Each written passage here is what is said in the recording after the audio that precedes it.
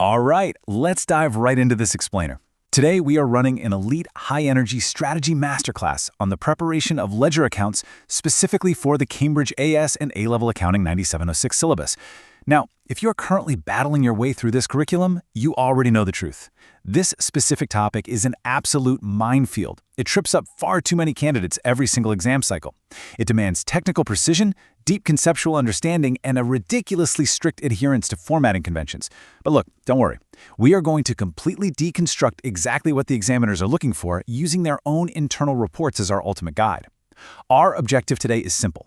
We are going to teach you how to dissect complex questions, master your time allocation, deploy high-level critical thinking strategies, and analyze peer problem solving so you can guarantee top marks.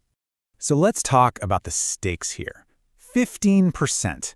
That is how much the single area, the preparation of ledger accounts, accounts for in your total marks for Paper 2. This isn't just some minor subtopic that you can skim over the night before the exam. It is an absolute high-stakes battleground. Nailing this section is literally the difference between jumping up an entire grade band or falling agonizingly short. We are talking about those complex, high-tariff questions that range anywhere from 9 to 15 marks a pop. When you see a question carrying that much weight, you cannot afford to drop points on silly formatting errors or shallow analysis. You need a bulletproof strategy. And here is exactly where that battle is usually lost. Look at this quote from the principal examiner reports. They explicitly warn, and I quote, "The classic mistake is providing generic answers not specific to the question context." Think about what that actually means. Generic, memorized answers are the fastest possible way to hemorrhage those precious marks. Examiners can tell immediately when a candidate is just regurgitating a textbook paragraph rather than actively engaging with the actual business scenario provided. To beat this, we have to look at the anatomy of command words. You have to deeply understand the difference between analyze versus evaluate, and explain versus to what extent. If a question says analyze, you are breaking down the components of the ledger and showing how they connect. But if it says evaluate, you are making a judgment call. You are weighing the pros and cons based on the specific context of that specific business. If it asks to what extent, you need to provide a balanced argument, showing the limitations of your own accounting data. You have to read the hidden constraints of the prompt, not just the numbers. To decode the examiner's lens today, we will cover 1. The 15% stake. 2. Capturing method marks. 3. The execution sequence. 4. Top 3 examiner warnings. And 5. The evaluative edge. Let's start with Section 1, the theoretical foundation of the 15% stake. So, what actually separates a good student from a top-scoring elite Tier 1?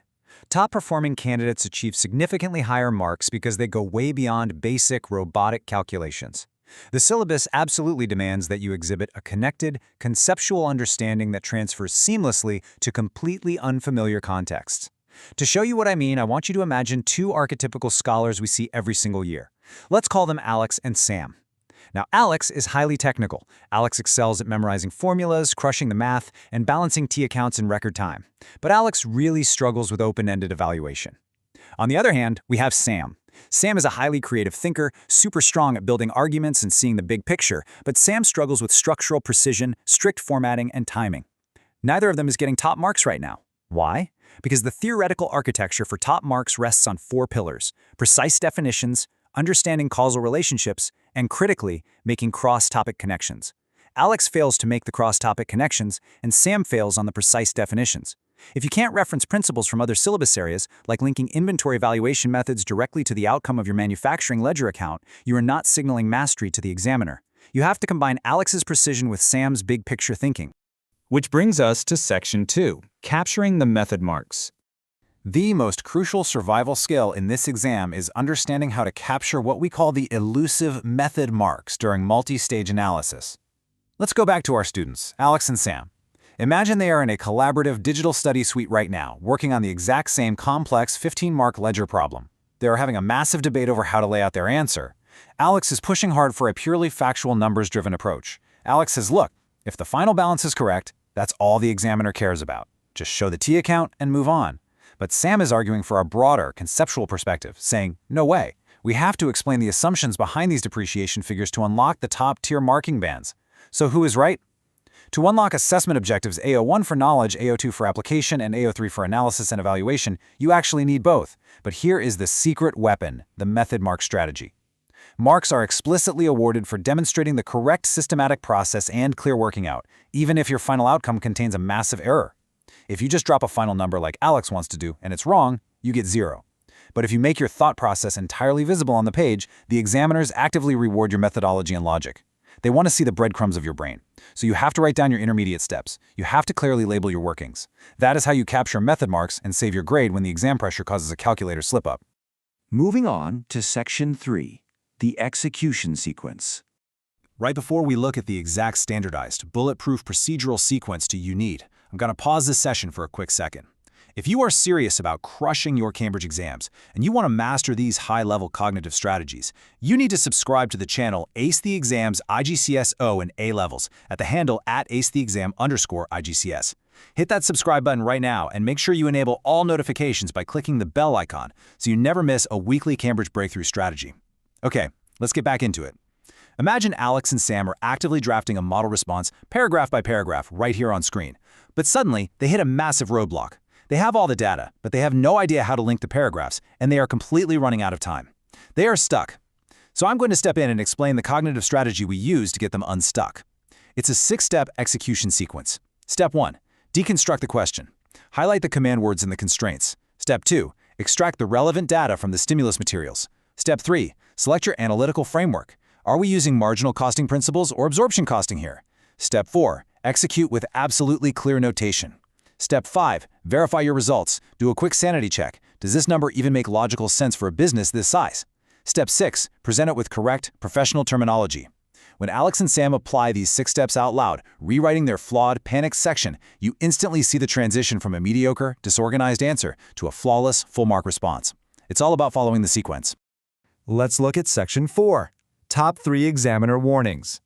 Now we are entering an interactive visual workshop segment. I want you to imagine a complex depreciation graph and a massive trial balance displayed right in front of you. A 60-second visual countdown timer is ticking away. You have to analyze this data fast. The pressure is on, and this is exactly where the traps are set. Year after year, examiners see candidates fall into the same 3 pitfalls under this kind of time pressure. Number 1, vague answers lacking specific details. When time is ticking, candidates panic and write broad generalizations instead of pulling exact figures from the chart. Number 2, incorrect format and poor presentation. Under pressure, handwriting degrades, T-accounts get drawn without rulers, and balances are placed on the wrong sides. Number 3, generic responses not specific to the context given. As we discussed, they just write what they remember from the textbook, completely ignoring the unique business scenario in front of them. You have to keep this mental checklist front and center when you are staring down that exam clock. Let's do another workshop exercise. Spot the flaw. Let's compare a poorly written student answer against an elite one. Look at the generic answer side. It might say something like, inventory should be valued at the lower of cost and net releasable value to follow the prudence concept. Okay, factual, yes, but it's vague, it's generic, and it completely ignores the stimulus. Now look at the context-specific answer. The unsold bakery flour, which suffered water damage, must be written down from its historical cost of $5,000 to its new net releasable value of $1,200, perfectly applying the prudence concept to prevent overstating current assets. Boom! Do you see the difference? The elite candidate links every single point directly to the specific scenario provided. They found the 3 errors in the generic approach: no specific asset named, no specific numbers used, and no specific impact on the financial statements mentioned. When you write, ask yourself, could this answer apply to literally any business on the planet? If the answer is yes, you are losing marks. And do not forget that formatting isn't just a polite suggestion in Accounting 9706. It is a strict requirement. You must adhere to proper headings, correct terminology, appropriate formats, and crystal clear annotation. If a question asks for a ledger account, do not give them a confusing arithmetic list. Draw the account, title it correctly, include the dates, bring down the balances correctly as balance carried down and balance brought down. The examiners note time and time again that candidates literally throw away easy guaranteed points because they used a sloppy format or couldn't be bothered to write the date column. Clear formatting proves to the examiner that you possess the professional clarity and technical discipline expected at the A-level standard. Let's move to our final section, the evaluated edge. This is where we synthesize everything into the highest order assessment objectives. At the end of their digital studies session, our 2 scholars had massive breakthroughs.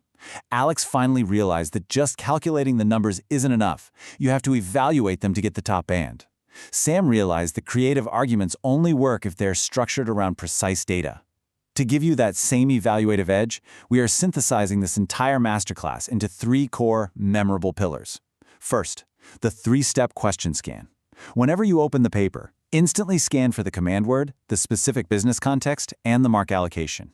Second, the paragraph balance formula. Every evaluation paragraph must have a point, a piece of specific data from the scenario to back it up, and a clear explanation of the impact on the business. Third, the last 5 minutes review checklist. Always save 5 minutes to verify your formatting, check your headings, and ensure your final recommendations are justified by rock-solid evidence. This framework forces you to identify limitations, consider alternative approaches, and make evidence-backed conclusions. I'm going to leave you with this highly provocative thought to challenge your preparation. The next time you finish a grueling practice question, I want you to step back and honestly ask yourself, are your ledger accounts completely context-proof? Does your answer prove beyond a shadow of a doubt that you deeply understand the exact business in the prompt, or have you just fallen right back into the generic answer trap? Crushing these Cambridge exams requires consistent, relentless strategy. You can't just wing it. If you found this masterclass valuable and you want to keep building that elite strategy, you need to hit the subscribe button for Ace the Exams, IGCO, O, and A levels at @acetheexam_IGCS right now. Turn on that notification bell for all our future exam hacks, and before you go, leave a comment down below with your exact target grade. Put it out there, commit to it, and let's get to work. Master the context, master the format, and capture every single method mark along the way.